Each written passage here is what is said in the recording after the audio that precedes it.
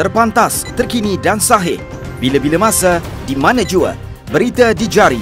Subscribe YouTube Bulletin TV3. Buletin pagi 17 Ogos bersama saya Nur Jamalina Muhammad Jamali. Tajuk utama pagi ini, Zakir Naik selesai beri keterangan di Bukit Aman. Juga mayat remaja Island Nora Ann Quarin sudah dituntut keluarga.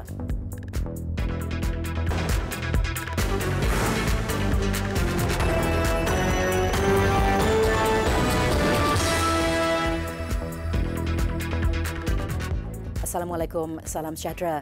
Penceramah bebas Dr. Zakir Naik selesai memberi keterangan kepada polis selepas hampir 5 jam menjalani proses itu di Bukit Aman, Ibu Negara malam tadi.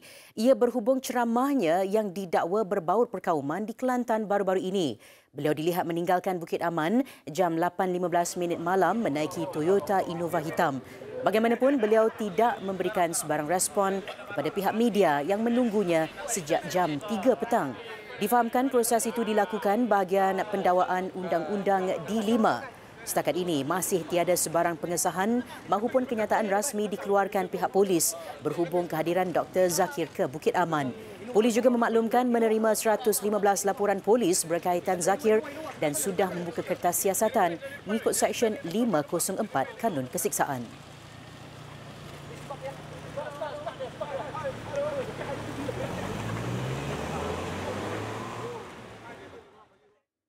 Seterusnya, hanya Perdana Menteri Tun Dr. Mahathir Mohamad yang layak membuat kenyataan mahupun keputusan berhubung status Dr. Zakir Naik yang tidak dibenarkan berceramah di negara ini. Mufti Perlis, Datuk Dr. Muhammad Asri Zainul Abidin berkata, keadaan sudah tidak lagi terkawal apabila semua pihak berlumba mengeluarkan kenyataan tanpa ada satu garis panduan atau keputusan jelas berhubung status penceramah itu. Tegasnya, walaupun berbeza pendapat, adalah tidak adil apabila Dr. Zakir dilayan sebegitu sehingga dihukum keluar dari negara ini hanya kerana ucapannya disalahguna pihak tertentu sehingga diputarbelitkan menjadi maksud lain. Perdana Menteri telah memberikan kenyataannya tentang pendirian berhubung dengan isu Zakir Naik. Sepatutnya itu dijadikan satu pegangan yang dipegang oleh semua kerana itu keputusan yang tertinggi. Tapi masih lagi nampaknya ahli kabinet juga yang berbagai-bagai pandangan. Beliau mengulas isu Dr. Zakir Naik yang dihalang dari mengadakan ceramah di Majlis Malaysia Revert Camp 2019 di Kuala Perlis. Acara yang turut menampilkan anak dan isteri Dr. Zakir sebagai penceramah selain beberapa tokoh pendakwah mualaf tempatan berlangsung di Masjid Al-Hussein. Sebelum ini, beberapa menteri kabinet mendesak Tun Dr. Mahathir untuk menghantar penceramah itu pulang ke India.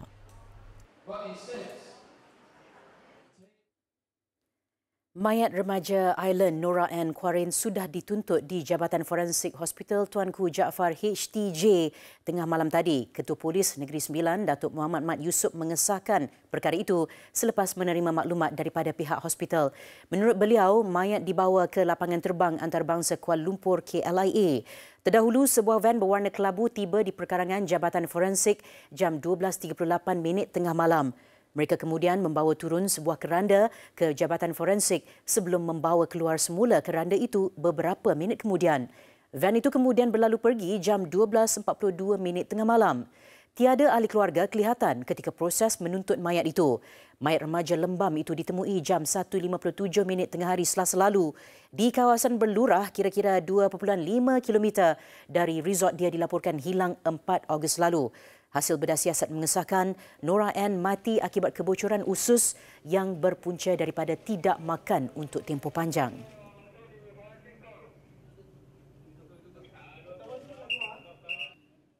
Dalam pada itu, kerajaan memberi jaminan akan mempermudahkan urusan membawa pulang mayat Nora Ann Quarin ke negara asalnya Ireland. Timbalan Perdana Menteri Datuk Seri Dr. Wan Azizah Wan Ismail berkata, pihak berkuasa akan bekerjasama dengan Kedutaan Ireland di Malaysia bagi membolehkan proses dokumentasi dipercepatkan. Beliau yang juga Menteri Pembangunan Wanita, Keluarga dan Masyarakat mengadakan pertemuan bersama ahli keluarga Nora Ann di Villa The Dusun, Seremban. mereka memaklumkan bahawa apa-apa dokumentasi akan dimudahkan untuk membawa balik mayatnya di luar negara. Datuk Seri Dr. Wan Azizah meluangkan masa kira-kira 15 minit bagi menemui keluarga Nora Ann. Beliau turut menzahirkan penghargaan kepada pasukan SAR yang mengerah kudrat bagi mencari mangsa pada operasi yang mengambil masa sehingga 10 hari itu. Baik, cadangan demonstrasi anti-Linus yang mahu membakar manifesto Pakatan Harapan sebagai tanda protes terhadap keputusan kerajaan melanjutkan lesen kilang pemprosesan nadir bumi Linus di Gebeng Pahang tidak akan menyelesaikan masalah. Sebaliknya, tindakan itu mungkin akan membangkitkan kemarahan pihak tertentu. Menurut Perdana Menteri Tun Dr. Mahathir Mohamad, kerajaan akan meneliti semula keputusan memperbarui lesen operasi Linus selama 6 bulan berkenaan. In the case of Linus, there has been an investigation and they have declared that there is no danger. But of course, the people there still feel that they should get rid of this from their side. Okay, we will look into that. Himpunan Anti-Linus Ahad ini dijangka berakhir dengan membakar manifesto PH bagi melambangkan dakwaan kerajaan gagal menunaikan janjinya ke arah pembangunan yang mampan. Menurut penganjur bantahan Tan Boon Tit, jika Linus dibenarkan beroperasi di negara ini, maka PH telah melanggar janji nombor 39 dalam manifesto itu.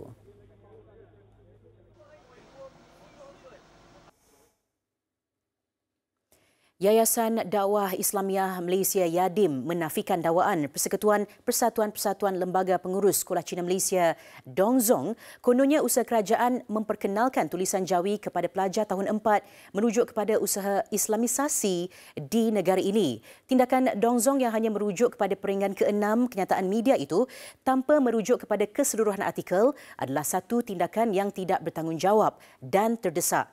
Tambahnya, kenyataan yang dipetik Dongzong itu tidak merujuk kepada golongan bukan Islam tertentu, sebaliknya merujuk kepada generasi muda Islam. Peringatan itu juga membawa maksud dengan memahami tulisan Jawi, ia akan memudahkan generasi muda Islam hari ini untuk mempelajari Al-Quran serta memahami seterusnya beramal dengannya. Kenyataan itu juga dengan jelas menyatakan usaha kerajaan memperkenalkan seni khat dan tulisan Jawi adalah sebahagian daripada bahasa Melayu serta menggalakkan kefahaman silang budaya. Justru Dongzong digesa untuk memahami konteks keseluruhan artikel berkenaan.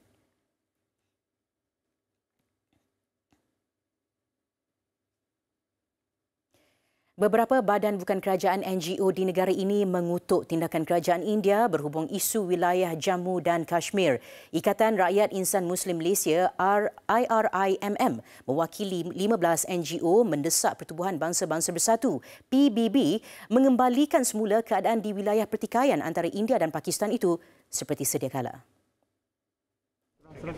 Beliau bersama beberapa wakil NGO terdahulu menyerahkan memorandum bantahan berhubung isu berkenaan kepada penolong wakil residen PBB di Malaysia Patrick P di Putrajaya. NGO lain yang terlibat termasuk Kesatuan Melayu Nasional, Majlis Bendahara Malaysia dan Gerakan Reformis Rakyat Malaysia. Mengenai isu Jammu Kashmir, bergolakkan apabila kerajaan India bertindak menarik semua hak autonomi yang dijanjikan kepada negeri berkenaan semenjak daripada 1947, ya, dengan tidak mempedulikan konstitusi artikel 370 dengan menggunakan kekerasan terhadap rakyat Kashmir adalah satu tindakan tidak peri kemanusiaan di mana kanak-kanak dan wanita telah menjadi mangsa. Memorandum berkenaan akan diusulkan kepada Ibu Pejabat PBB di New York dan mesyuarat mengenainya bakal berlangsung bagi mencapai kata sepakat. Minggu lalu, India mengumumkan keputusan memansuhkan artikel 370 yang menyaksikan hak autonomi Kashmir dihapuskan. Keputusan itu mengundang kemarahan Pakistan yang menyalahkan kuasa dunia sekiranya perang tercetus antara dua negara itu. Keadaan jerbu di Bandaraya Miri, Sarawak telah pulih sepenuhnya. Menurut Indeks Pencemaran Udara IPU, di semua kawasan yang terjejas sebelum ini kembali pada bacaan paras sederhana. Kawasan yang paling teruk terjejas, Stesen Institut Latihan Perindustrian ILP Miri, pulih kepada keadaan sederhana sekitar jam 4 pagi tadi selepas berada pada tahap bahaya sejak 11 Ogos lalu. Bagaimanapun, usaha memadam sisa kebakaran masih dijalankan pesawat Bombardier APMM di Sektor 3 Kuala Baram. Sebagai langkah berjaga-jaga, pesawat terbabit akan berada di Miri sehingga Isnin ini sekiranya ada kebakaran baru. Dalam pada itu, bagi mengelakkan kejadian kebakaran berulang, pemilik tanah disaran mengikut saranan kerajaan, antaranya membina parit besar sebagai penghadang api dan membahagikan tanah kepada plot lebih kecil agar mudah mengawal kebakaran sekiranya berlaku lagi.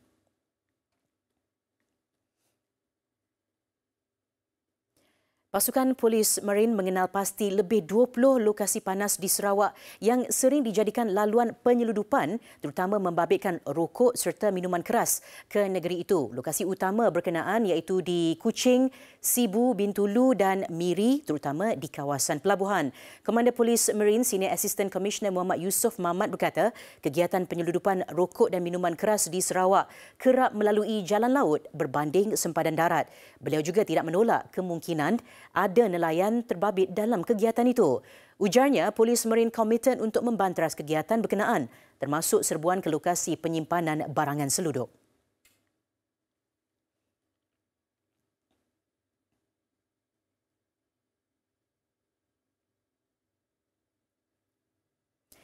Johor mencatatkan jumlah hartanah tidak terjual paling tinggi iaitu 51,459 unit dengan anggaran nilai melebihi 36.75 bilion ringgit untuk suku pertama tahun ini. Hampir 60% hartanah yang tidak terjual adalah merupakan jenis Small Office Home Office SOHO.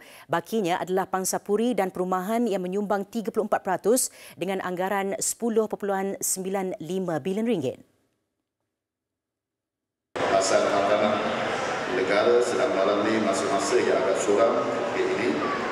Kami di peringkat negeri berasa yakin akan prospek pasar hartanah khususnya di Johor yang dibuktikan masih lagi mempunyai daya saing yang baik. Walaupun negeri Johor mencatatkan jumlah hartanah tidak terjual yang tertinggi di Malaysia iaitu 51,459 unit dengan anggaran nilai melebihi 36.75 bilion bagi suku pertama tahun 2019. Sebelum ini, kajian yang dijalankan oleh Frank Knight, Cawangan Johor mendedahkan rumah yang mendapat sambutan dari kalangan pembeli adalah rumah yang dibina atas tanah yang berharga antara RM400,000 hingga RM500,000. Beliau sebelum itu melancarkan pameran hartanah My Rumah 2019, anjuran kumpulan NSTP di Komtar JBCC Johor Bahru. Turut hadir pengarah eksekutif operasi berita dan editorial Media Prima Berhad, Mustafa Kamil Muhammad Janur. Pameran hartanah selama 3 hari yang bermula hari ini menawarkan lebih 3,400 unit kediaman dengan nilai pembangunan kasar sebanyak RM2 bilion.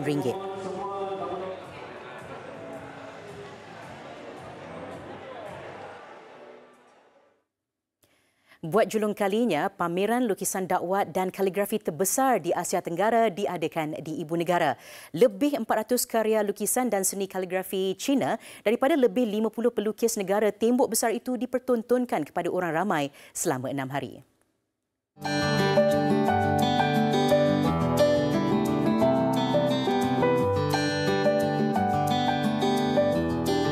Seni kaligrafi mula diperkenalkan sejak zaman Mesir Purba, Yunani Purba dan Cina Purba. Tulisan diukir atas batu atau kepingan buluh dengan menggunakan alatan tajam. Kemudian alat tulis seperti bulu ayam dan buluh digunakan untuk menulis di atas kulit kayu atau kulit haiwan yang telah dikeringkan. Evolusi berlaku dan kini pelbagai alatan seperti pen dan berus digunakan untuk menulis kaligrafi. Bukan hanya melambangkan huruf, bahkan melambangkan kalimat, suasana hati, puisi dan lukisan dalam satu wadah. Tidak kira sama ada kaligrafi Cina atau seni khat, ia dikatakan medium untuk menyampaikan emosi, hasrat dan pandangan daripada pelukis. it's just a piece of art. So when you do calligraphy or you learn Sanskrit, you learn, say, like the English calligraphy, to them it's no difference. Yeah, so it do not bring you or transform into another completely different cultural thing. Yeah, you don't change. You are still, like I Chinese, I learn Chinese calligraphy, I learn English. I don't change to a Eurasian. Tambahnya, lukisan khat dapat memupuk gaya seni penulisan yang indah sekaligus melahirkan generasi baru serba boleh. Pada pameran ini, lebih 2,000 pengunjung dalam dan luar negara mengambil peluang mendekati karya seni yang bertemakan keindahan budaya, agama, alam sekitar dan kemasyarakatan. Besar impaknya. Tular selepas hasilnya. Pantas menampilkan prosiding ini secara dalam keuangan maya. Berita di jari. Subscribe YouTube Bulletin TV3. Bertemu kembali, polis Hong Kong yakin mereka mempunyai sumber yang cukup untuk mengawal keadaan yang dicetuskan penunjuk perasaan pro-demokrasi walaupun ia dijangka berlanjutan lebih lama. Pernyataan itu dikeluarkan ketika timbul kebimbangan mengenai campur tangan pihak keselamatan China. Terdahulu, 3 komander kanan polis Hong Kong berkata mereka tidak dimaklumkan mengenai sebarang rancangan oleh kerajaan China untuk menghantar tentera darat atau polis dari tanah besar walaupun keadaan semakin ganas. Mereka menegaskan pihak berkuasa tempatan mampu mengendalikan krisis berkenaan. Sebelum ini, sejumlah besar angkatan separa tentera China dilaporkan sudah berhimpun kira-kira 30 km dari sempadan Hong Kong bagi bersiap sedia untuk latihan ketenteraan besar-besaran.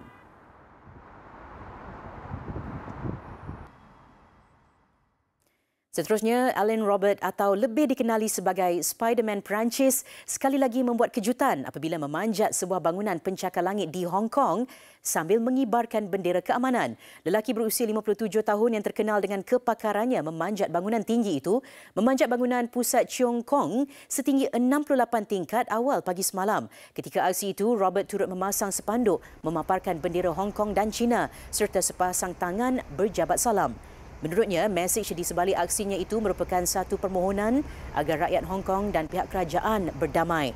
Hong Kong kini dibelenggu protes ganas selama 10 minggu berturut-turut menuntut hak demokrasi wilayah autonomi itu.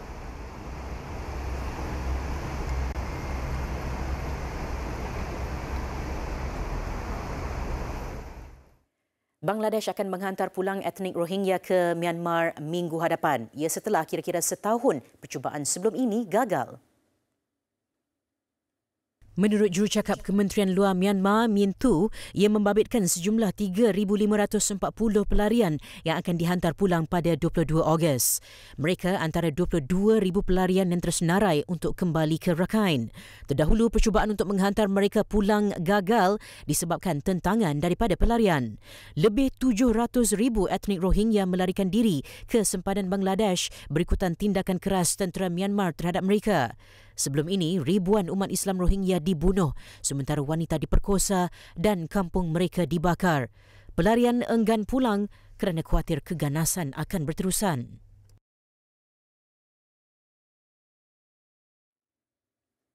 Kerajaan Itali membenarkan 4 pendatang asing yang diselamatkan oleh kapal penyelamat Sepanyol untuk meninggalkan kapal itu atas isu kesihatan.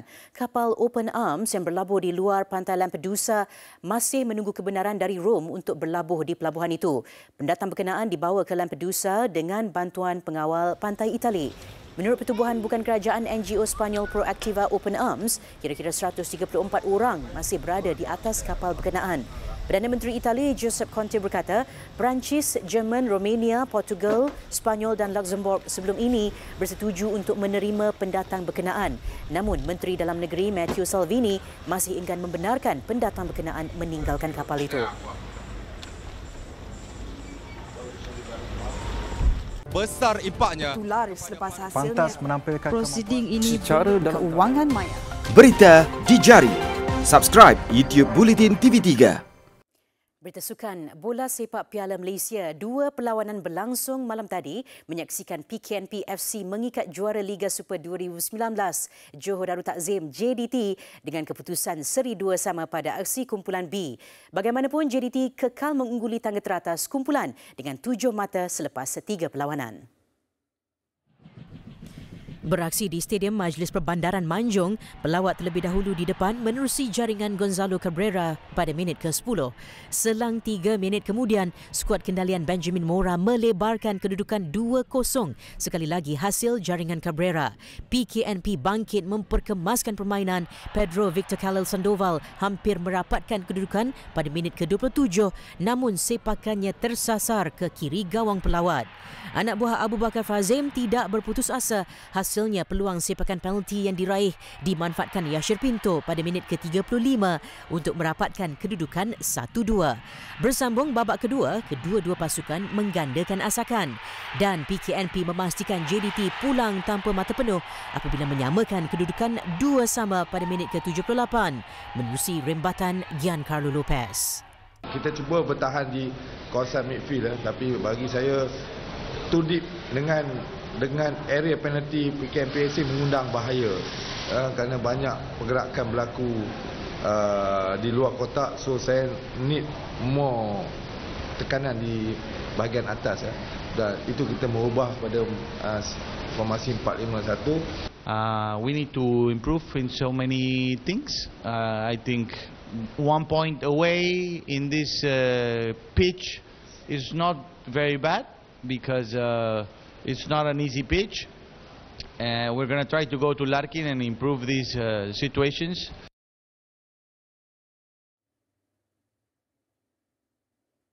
Sementara itu, di Stadium Shah Alam Selangor, Kedah membawa pulang satu mata apabila diikat PKNS FC 1-1 pada aksi kumpulan A. Juara Piala FA itu terlebih dahulu menggegar gawang tuan rumah menerusi tandukan Fernando Rodriguez pada minit ke-20.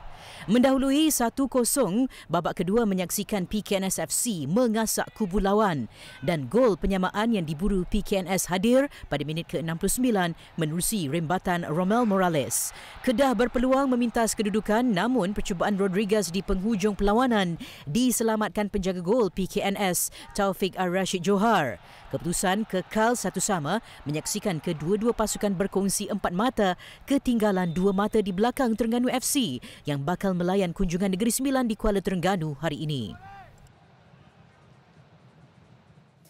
Sasaran 2 pingat emas yang diletakkan Persatuan Badminton Malaysia BAM di Tamasya Sukan SEA ke-30 Filipina hujung November ini dilihat realistik dengan kemampuan pemain muda negara ketika ini. Apatah lagi ketika ini Thailand dan Indonesia juga memiliki pemain muda yang berkebolehan menyebabkan acara ini bukanlah lagi lubuk emas buat kontingen negara. Bagaimanapun ia menjadi medan terbaik bagi pemain muda bersaing secara kompetitif. Dalam senarai 20 pemain yang dikeluarkan BAM Khamis lalu, tiada nama pemain-pemain profesional disenaraikan ke Filipina. Biarpun sebelum ini ada ura-ura mengatakan badan induk itu bakal menyenaraikan pemenang pingat perak Sukan Olimpik Rio 2016, Chan Peng Sun dan Goh Liu Ying dalam acara beregu campuran. BAM menyenaraikan 2 pemain muda lelaki, Lim Chong King dan Aidil Sholeh Ali Sadikin, serta 2 pemain muda wanita, Lee Ying Ying dan S. Kisona. Bagi pengarah kejurulatihan BAM, Wang Chun Han, Sukan SEA adalah medan terbaik untuk pemain muda beraksi secara kompetitif, terutama berdepan pemain Thailand dan Indonesia yang ketika ini mempunyai pilihan pemain muda yang berkebolehan. Secara tidak langsung dapat meningkatkan mutu permainan pemain negara. Kita akan selalu cuba untuk mempamerkan pemain kita yang mampu meraih pingat dan juga pemain muda kita yang bakal kita akan harap mereka pada masa akan datang akan memikul tanggungjawab yang sama. Jadi itulah kita punya motif untuk membentukkan tim yang kita pamerkan kali ini. Ya.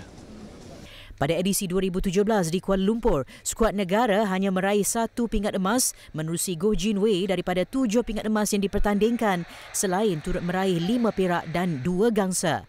Acara badminton akan berlangsung di Makati Coliseum Metro Manila pada 1 hingga 9 Disember.